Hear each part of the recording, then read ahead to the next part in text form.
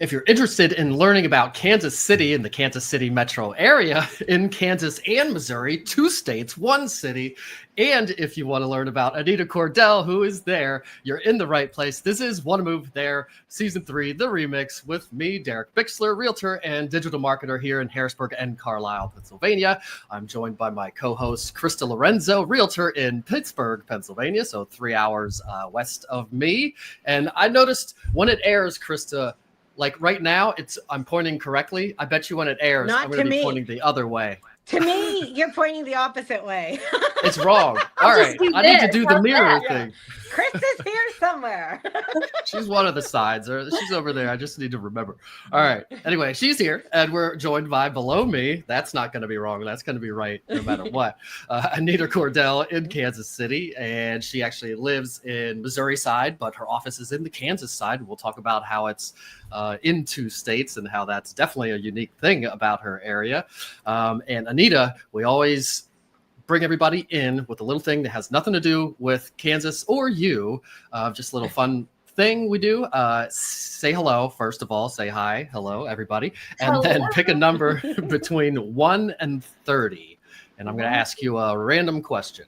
21, because my husband's, or my son, well, not my husband, my son's 21st birthday is today. So it's got to be 21. Oh, yay. Happy birthday. Awesome. Yeah. Hopefully he does not do what I was doing, the second midnight hit. Probably before it. And every day since it till 13 years ago. What'd you say? He's at church camp? This whole summer he's a sponsor and a leader and a lifeguard at a church camp. So I don't think he can get away. So. He's probably being good. He's being good. Yeah. Yes. Sounds like you did a good job. Not that my parents did, but yes. Sounds like he's going to be doing something way better than I was doing. Anyhow, all right. Number 21 in these questions are labeled fun and wacky questions. We don't do the personal or intimate because we don't want anything heavy. So number 21 is, what's the funniest this is going to be a terrible one because nobody's going to remember this. What's the funniest joke you've ever heard?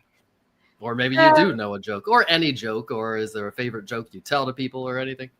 Okay, so this is not funny because my husband has a very dry dad sense of humor, but every single year on New Year's Day, he will start the day off and say, I haven't seen you all year.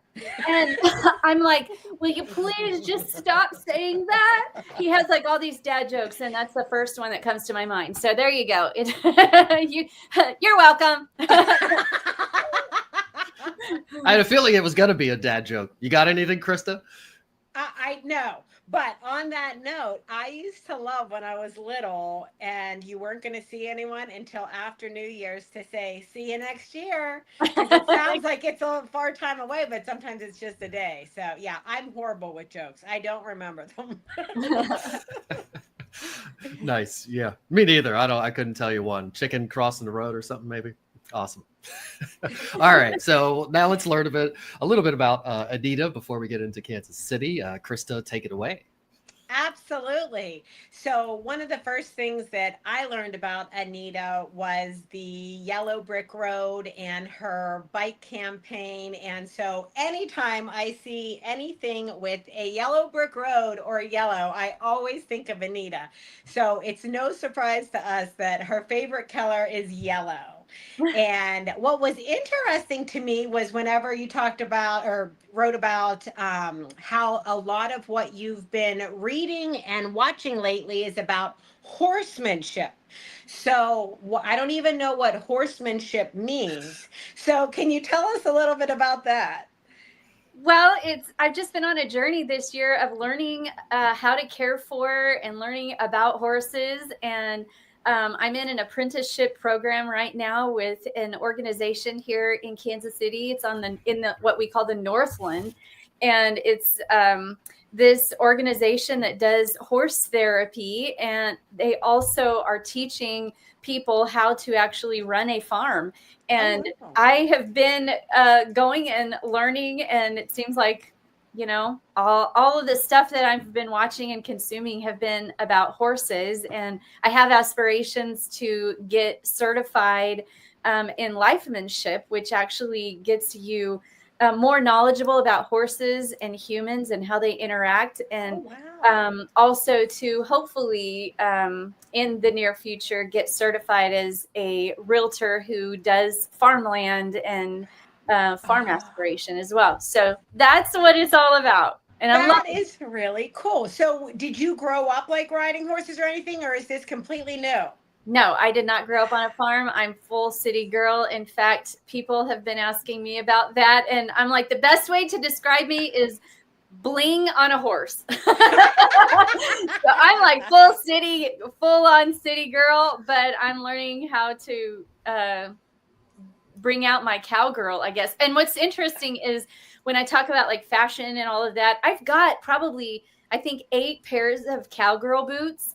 Really? Yes, I wear them all the time for fashion. So my husband, he was like, okay, I've got to get you a pair that you can actually wear on the farm. And so it took me probably 3 weeks to get used to having dirty cowgirl boots. And nice ones. I'm getting there. But yes, I've been learning how to do all kinds of stuff.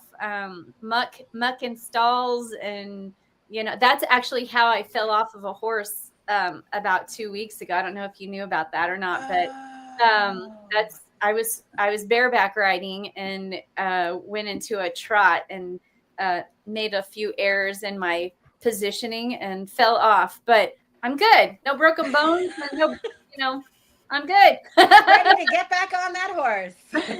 Yeah, so that's what it's all about. I'm learning a new adventure, bringing the cowgirl out of me. Mm-hmm.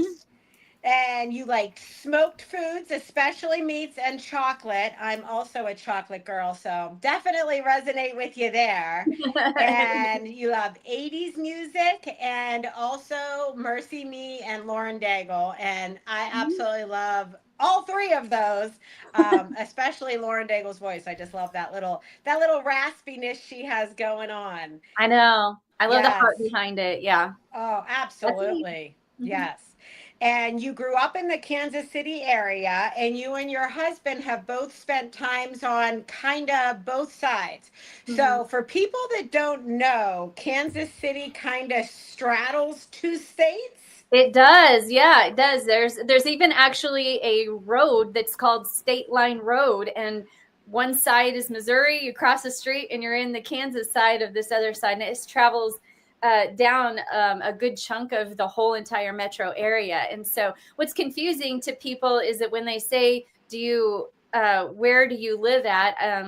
You know, there's actually a city proper that's Kansas City, Missouri. And then there's another city proper that's actually Kansas City, Kansas. So there's 2 different cities, 2 different counties, 2 different states, but then it spreads out across the metro area into this whole entire, you know, Kansas City metro. And most people who are in real estate have their license in both Kansas and Missouri. And so we never necessarily like to differentiate. I'm only on the Kansas side or the Missouri side. Okay. So yeah, that's our city. And there's not very many cities that actually sit on a state line. So when people come into town or relocate, that is a big question that I ask them. What side of the city do you want to live on, Kansas or Missouri? I've done videos on the difference because there's actually a little bit of a difference in with the 2, difference in taxes, different in, you know, school systems, the whole bit, but we're all encompassing the Kansas City metro area.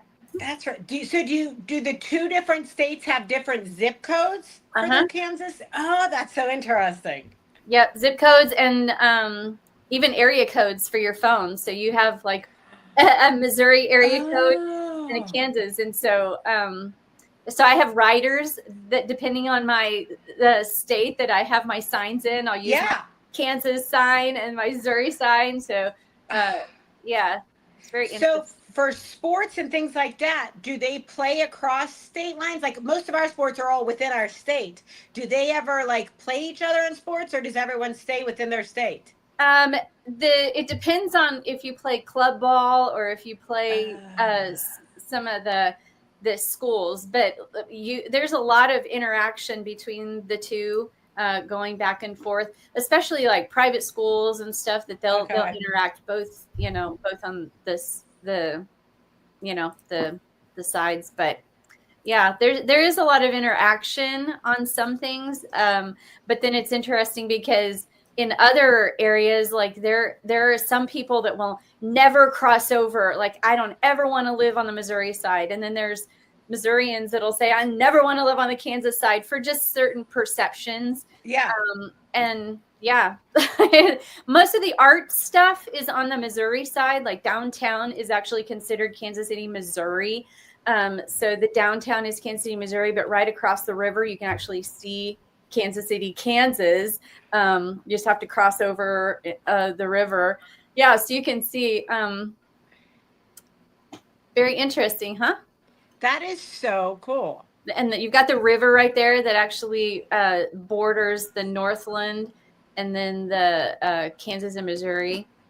So, is practicing real estate between the two, are the contracts different? Is the way things are run different, or are they similar? So what's interesting is that we have Kansas City Regional Association of Realtors, and it's KCRAR.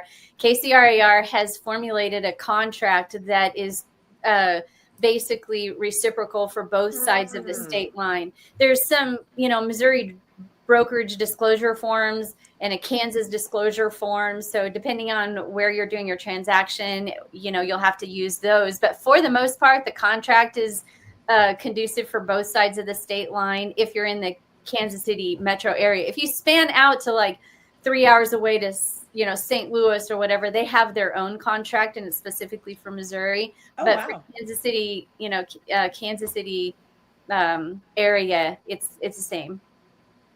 Isn't that fun? That's so cool. That's really cool. Yeah. So if you want, is there one side that's better for music and going out for date night, or do they both just bring a little bit of everything? Well, so going out for date night, I like the Kansas side because, Kansas side's southern part of it, because Overland Park, Kansas is actually ranked very high nationwide. In fact, they are ranked number 2 in the happiest city across America. Oh, and what a great ranking to have. Yeah. So it's fantastic. They ranked 20 different items, and they graded 150, cities across the United States, and Overland Park, Kansas ranked as number 2. And that's on the Kansas side. And it's one of the biggest cities across our metro area. And it's got really great schools, a lot of restaurants.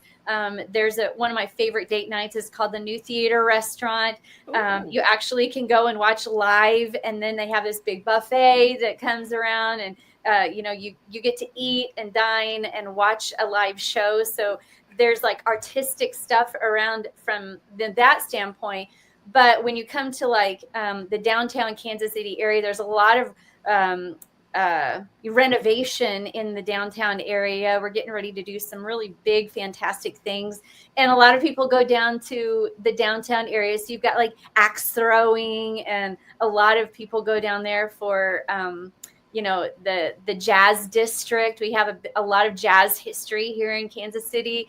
And so there's this whole district called the Jazz District, where they'll go and listen to live music and stuff like that. So depends on the flair of what you want to do, and that will depend on kind of where you go. So, but we're getting a new theme park, which is called the Mattel Theme Park. Lamar Hunt, who is a part of the owner of the Chiefs, he invested in this. So that's coming up on the Kansas side. But we also have Worlds of Fun, which is another amusement park that's on the Missouri side. So wow. we have it all. It just, just depends on what you want to do, where you're going to go. We have pretty much something for everyone here. It's so cool to have all those options. Yeah, it is really, really cool. And I live smack dab in the middle of 2 military bases and help military people. Leavenworth is the north side, the Army base, which Leavenworth is where I grew up. And then on the east side of me is Whiteman Air Force Base. And so I'm able to help people on both sides when it comes to military. And so that's fun. And then people will come into town from those two cities and enjoy our culture, and it's a great place to live. It really is. That's awesome. So I don't know what happened there. Did you guys see me disappear? I did, like, my internet, whatever. So I'm back, and I've been back. You're back. I'm assuming we moved on from the bio to the location as things were going. I had a question. I was going to say something. Now I forget. Whatever. Yeah. What was I going to say? It was good, and I didn't write it down. Well, one question was Overland Park is what you said, right? Was I zooming into the right place there? Overland Park, Kansas. Yeah, it's yeah. So it's like it's almost it's like right next to Kansas City, almost there. Would you say that's a good place to buy right now? Yeah. It is it's comparable, speaking to a city on the Missouri side called Lee Summit. So both of them are comparable. Overland Park is a lot bigger, but the housing is, appreciates really well. And both of them have great schools, ranked really high. So I've compared the two cities before, and both of them are great places to live. Overland Park has a little more, a little more things to do, like a lot more things to do, like a lot more restaurants, and you have a lot more small businesses there. So date nights and stuff, there's always something to do. You've got activities like iFly is there. You've got Top Golf. There's an arboretum there. So much to do in Overland Park. The cool thing about the Missouri side, which is a little unique and a little different, is that Missouri, the DNA of the Missouri side is very naturistic, very, people love living on that side because there's so many lakes. I mean, you think that if you move to Kansas City from like a beach town or something of that nature, and you're just not going to be able to have something in your back door. And that is so not true.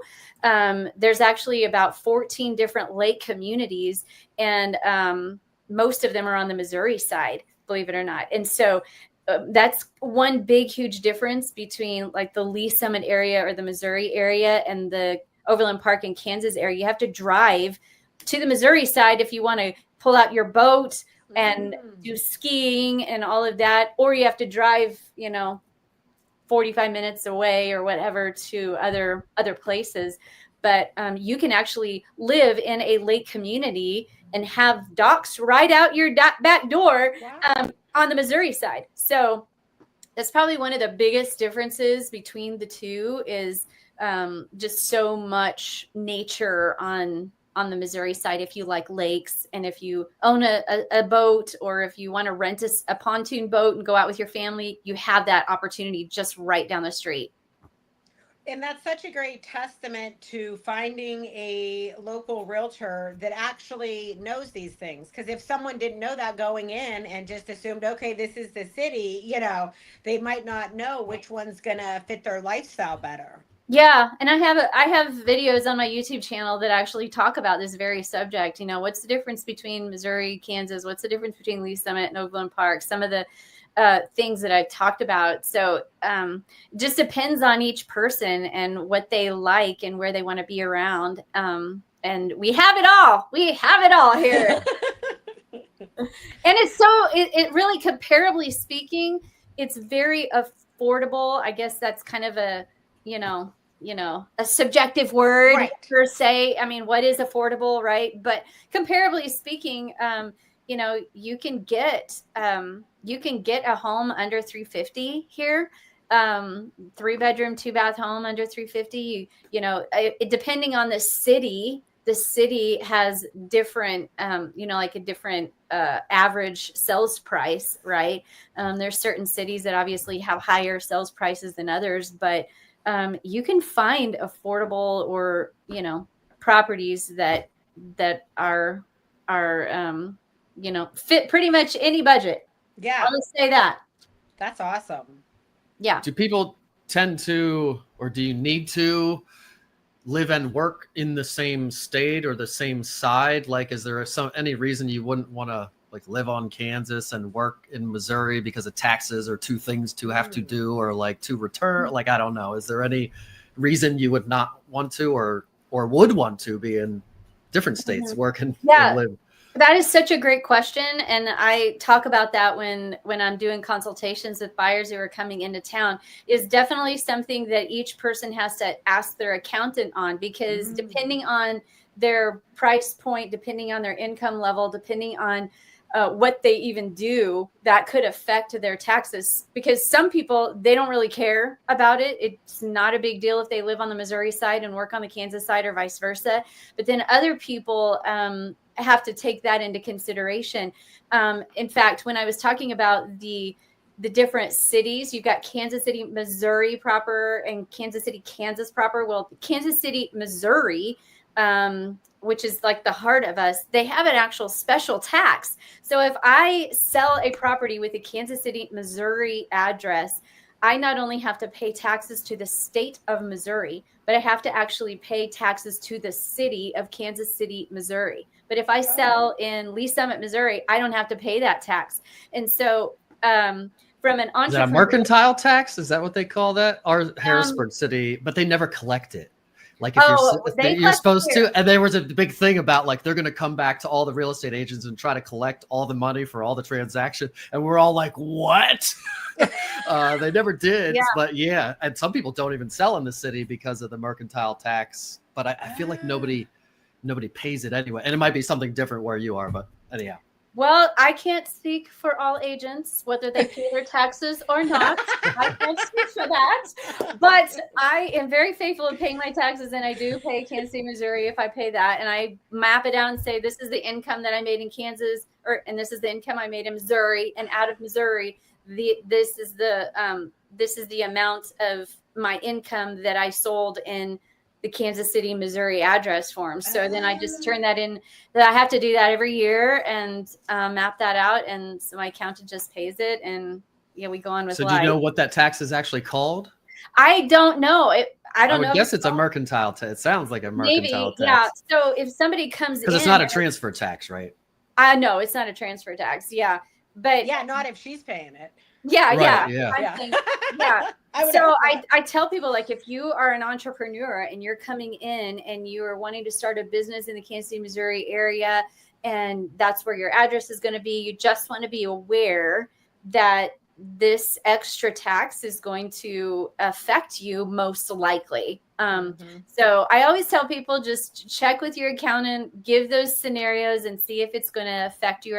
But a lot of people, most people, in fact, they don't take that into like a heavy consideration, because a lot of people go across the state line. And in fact, I'm helping somebody right now buy in Missouri, and she's actually a doctor, buying in Kansas, and she's a doctor and wants to drive to the Missouri side to one of the new hospitals. And so she doesn't even want to live in Missouri. She wants to live in Overland Park or somewhere around in there. And then she's fine driving on the other side. So every person is different, and they have to check with their accountant on that. But the taxes are not like mirrored. They're close, but they're not exact. That's so interesting, because it's nothing I've ever had to consider with someone coming in. I mean, sometimes when people are selling, I'm like, all right, you need to contact an accountant about this, but I've never had someone have to kind of consider those things when purchasing.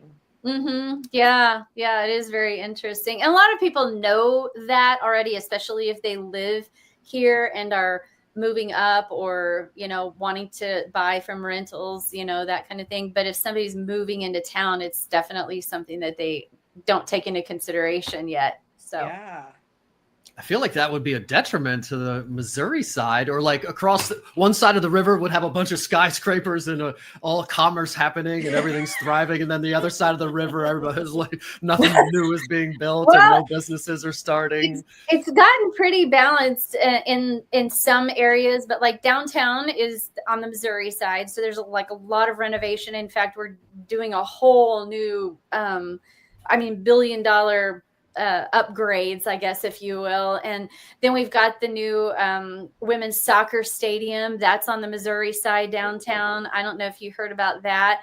Patrick Mahomes' wife played soccer, and they built the first women's professional soccer stadium on the downtown area, and that opened last year. And so we have now a professional women's soccer team, and so that's been a great, fantastic addition to the Missouri side in the downtown area. But then when you've got the Kansas side, you've got all kinds of, like, we've got a NASCAR speedway. It's called Kansas Speedway. That's on the Kansas side. We've got the Mattel thing that's opening up next year. And there's just a lot of renovation in Overland Park, making that area also expand. So I feel like there's a balance on various things going on, something for everyone and on both sides. So I think they try and keep up a little bit with each other, would be my guess. That's really cool. and it makes both sides desirable because they're just going to keep doing things. Yeah. I mean, there's certain pockets of the city that, I wouldn't necessarily send my daughter down to walk at night by herself, but I think that that's part of every city. Absolutely. We all have those little pockets that are challenging, but I love it here. So I looked up, and I always like to find out something unique that nobody ever heard of, or they wouldn't hear of, or I typed in unique things about Kansas City. And barbecue, obviously, that's everybody knows about that. But it says in fountains. Yes. Fountains? Like what's up with the fountain scene? City of fountains, it says. Never would have guessed. Tell us about that. Absolutely. Yes. So I talk about this in some of my videos because it's so cool. We actually have been deemed as the city of fountains, and we have just over 200 registered fountains across the Kansas City metro area. In fact, there are several businesses that if you want a tour, you can get on a bus and go around the city, and they'll show you different fountains that are around the city. And a lot of them will mean something. Like we have one that is giving honor to firefighters. And so it's down in the Country Club Plaza area, which is a big shopping area. But yeah, they've got huge fountains at the Royal Stadium that, one of the biggest private owned fountains that are around. And they have a specific day. I think it's like April the 1st or May, something around there, like the springtime. They have like an official launching of all the fountains day here, where they turn them all on and have just a fun time. They light them up. It's pretty good. If you I believe there's really a big one around the Union Station. There's a big fountain in front of our Union Station, which is an iconic place here in town, right in front of the World War I Museum. So we've got some iconic fountains that make it very unique. And we've been deemed as the city of fountains here in the United States. Next to what is it? There's one Paris or something, other one that's got a bunch of fountains. I think we're next to them. And we've also been called the barbecue capital of the world by some people. I know that that's probably a matter of opinion. Controversial. But I'm telling you, we have like a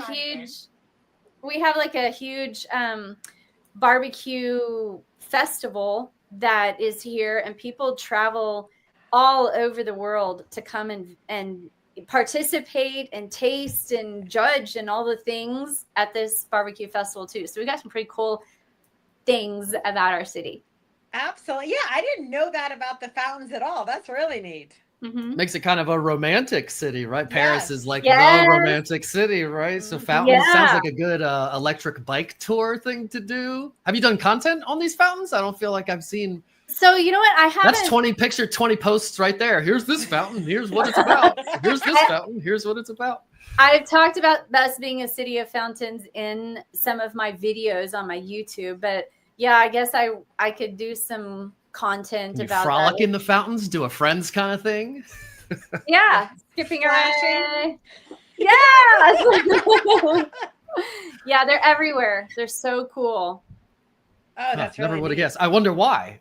Just like somebody started it. There's a lot of them, or a lot of Europeans there, or I wonder if there's a reason why, or it just kind of happened. That's a really good question. I don't know the why behind it. But it's very interesting too. Like so many of the fountains in Kansas City have a very specific purpose and like a meaning behind it. So yeah, it's nice. I like that.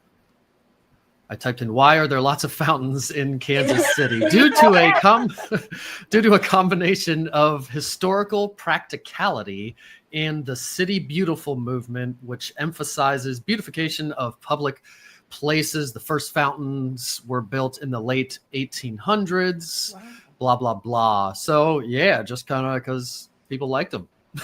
Yeah, people. Or maybe they started one-upping each other or something. Yeah, one-up. Yeah, I mean, it started a trend. Another really funny thing that happens here is we have this like month-long. I don't even know what it's called, but there's all of these painted cows that get placed throughout the city. I don't know. Do you guys do something like that there? We have painted dinosaurs.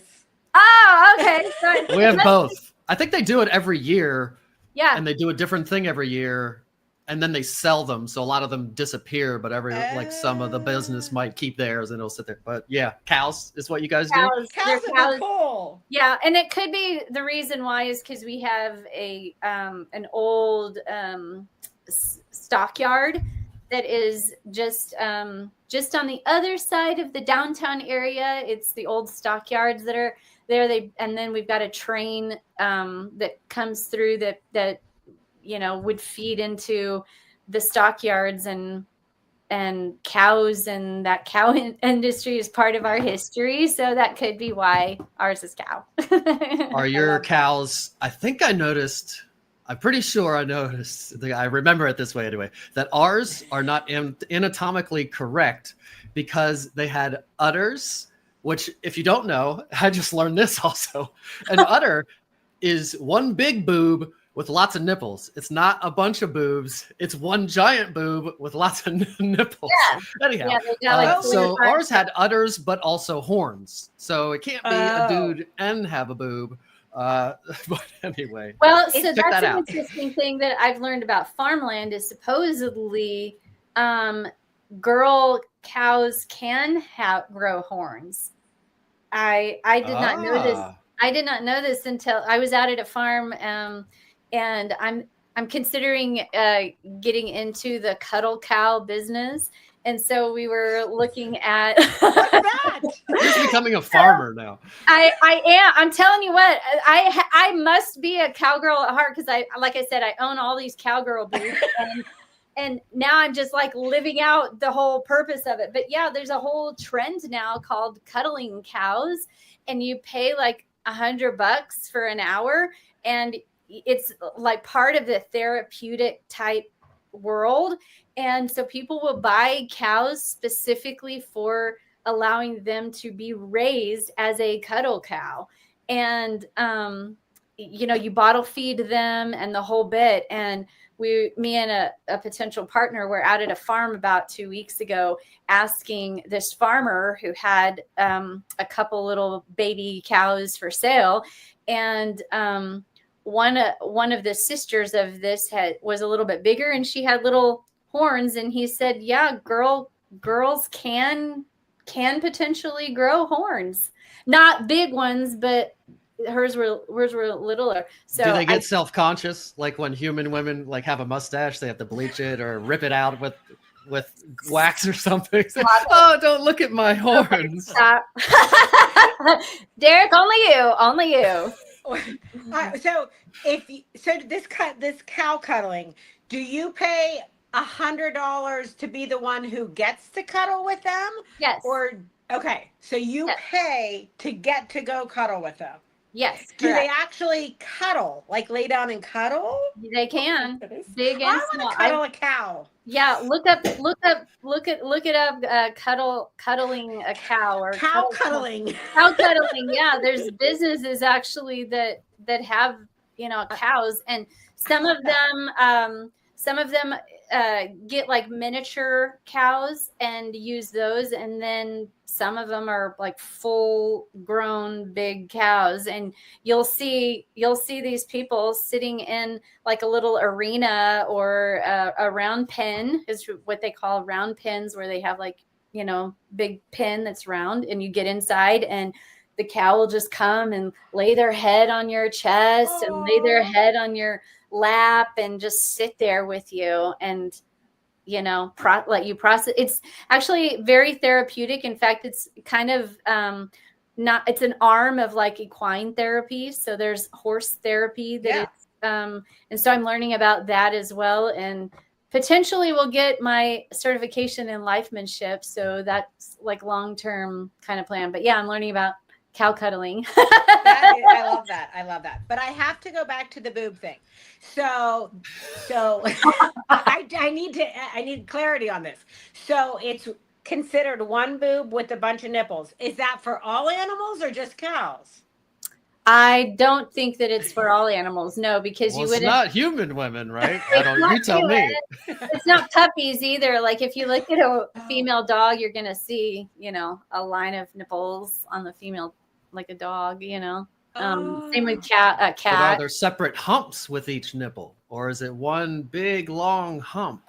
Something else I need to now we're all gonna be on ChatGPT. So, what animal does an udder apply to? And I think it is just the cow, but I could be wrong. So that I trust you. Okay, you know much more about this than us. but yeah, there could be a farmer watching this right now and say, "Oh my goodness, Anita, you." Yes, Mr. Throw Farmer, it in the comments, Farmer Dan, below. Please tell us. Fran. Yes, we want to know. Yes, put in the comments below. We want to know. Is everything multiple boobs or one boob? And if you've ever cuddled a cow, write in the comments. We want to know your experience of cuddling a cow. Absolutely. I want to know the cow cuddling experience. And I want to know where I can do it near me. Or else I'm going to come visit Anita and do it. Yes, come on. Yes. Heck yeah. Well, I think we already... Sorry. I got excited. Okay. And I want to see pictures if you do the cuddle. Either one of you. I want to. Yes. That's a good. It's basically like a body pillow, right? A cow's like a big giant body pillow. Yeah. Just kind of like, yeah. And you sit there. And maybe part of training them is like that cuddling with them at your house. Oh, I have to look into this. Maybe. Yeah. But that's why you want to bottle feed, because when you bottle feed them, it gets them connected to humans and that relationship. Yeah. So you want to start as a bottle feeding cow. Yeah. I love that. Yeah, that makes sense. So I think we already know maybe, but if there's something else, if you could do any other profession other than real estate, or I keep meaning to change this to when you were little, what did you want it to be? So any other profession, what would you maybe do? And maybe we already know. Well, when I was little, I wanted to be an astronaut. That did not happen. Oh. Then I grew up as a teenager, wanted to be a pilot. And so I became a flight attendant just to test it out. And now I'm a realtor. But yeah, in my next life, I want to do something with farm life, probably equine therapy. Well, it sounds like you already are. Yeah, I'm just not doing it professionally yet. I'm not getting paid yet. So hire me, whatever way. Oh my goodness, I love it. Well, I like to see people living out dreams and not just like, I feel like old people back in the day, like I'm 40, I'll be 47 in 2 months. Back like when my parents were my age, they were like old people. And I feel like our generation, or even my parents now, are doing things that like I would have thought that people wouldn't have done. So I love to see people not just, I had kids and like now I turned into a dad that doesn't do anything. You're still doing things. You're doing new things. And really exciting things. I'm scared of horses. I've been bit by one. Every time I ride one, they don't listen to me. So I feel you on that. Because a lot of me and my husband have declared that we're probably not going to ever do a trail ride again, because a lot of horses that are doing trail rides don't even actually want to do it. Like and so they're forced into a lifestyle that they really don't want, and sometimes can get treated not so good. And so it's kind of like we have a bent and what we like to do as far as like ourselves. We have a bent in that, what that gift is, and animals do too. And there's actually some horses that are bent towards therapy. And there's some horses that are bent towards barrel racing. There's some horses that are bent towards trail rides, so it just depends on the horse. They can have a bent too and want to do things. So I love that. That might have been the reason why you got bit, Derek, is maybe you didn't want to. Maybe he was bent on being jealous. I was dating his master or whatever, and we were in the stall. She was feeding him or doing something, and he was just like, bite ass now. And I screamed like a woman and ran out of the stall and never went back in that thing ever again. Yeah, and they're in the stall. They're like so big and they're scary. Like if I don't. And maybe they felt my energy. They say that stuff, but I don't. I like animals. I was cool till that happened. Yeah. All right, sweet. Well, I love that. Let's make sure everybody knows where to reach out to you if they need something in Kansas City. Tell everybody where to reach you. Yeah. Or the best way to reach you. Email Anita at yellowbrickg.com. That's short for Yellow Brick Group. Yellow Brick Group's domain was already taken, so I had to use yellowbrickg.com. And then my phone number, 913-706-7418. Texting, emailing, calling, either one. Just give me a call. Yes. And Anita's on all socials. She does a good job with that. So you can just type her into Google and you should find her anywhere, including her Google business profile and everywhere else. If you need to contact Krista or Krista in Western Pennsylvania, Derek in Central Pennsylvania, and we got hookups in Eastern Pennsylvania, all over Pennsylvania and all over the world and the nation. We know lots and lots of people all over the place. Realtors are also the best tour guides, I always say, because they know all the things. So even if you're just going on vacation somewhere, hit us up, let us know where you're going, and we can connect you with a nice tour guide there. Thanks for watching and listening, and say bye, ladies.